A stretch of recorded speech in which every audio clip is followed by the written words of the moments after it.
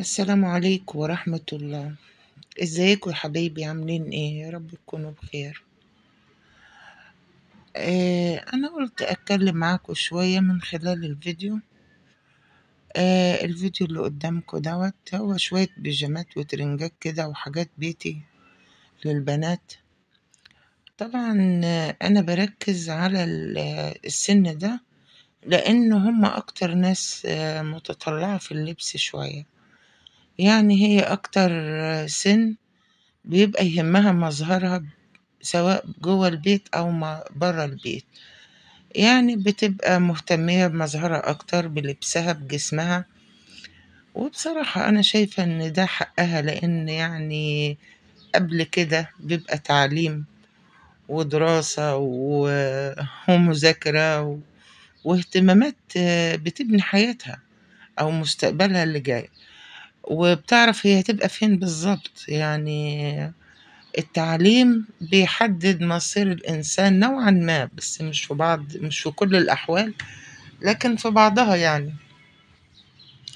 يعني مثلا بتقدري تفهمي انت مستقبلك فين بالظبط. يعني مع العلم ان ناس تانية بتختار الجواز بدري، وناس تانية ما بتكملش تعليمها، وكل واحد بيختار حياته أو ظروفه هي اللي بتحكم عليه.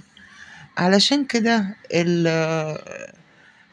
الفئة العمرية دي أو السن ده هو أكتر سن نشط جدا في اختيار اللبس، سواء اللبس جوه البيت أو برا البيت.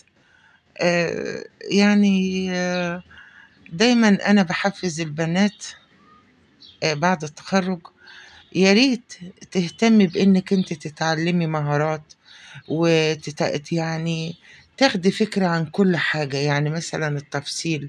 ليه بقى؟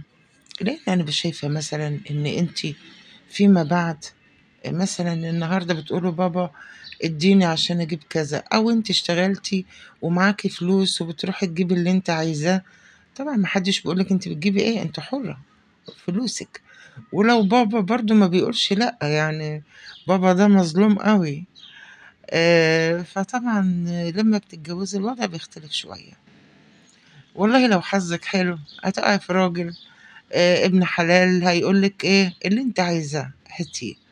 ولو ظروفه حلوة وتسمح، في راجل تاني ظروفه ما بتسمحش وإمكانياته على قده، وده بيبقى عايز واحدة توفره، مش واحدة تخربها له. من الآخر يعني بتبقى عايزة واحدة، يعني هو محتاج واحدة تلم مش تبعتر. فأنت بطبيعة الحال بتبقي مثلا محتاجة بلوزة، محتاجة فستان بسيط، إسدال. ليه أنا مش فاهمة. يعني الواحدة تروح تشتري إسدال، هو الإسدال فيه إيه؟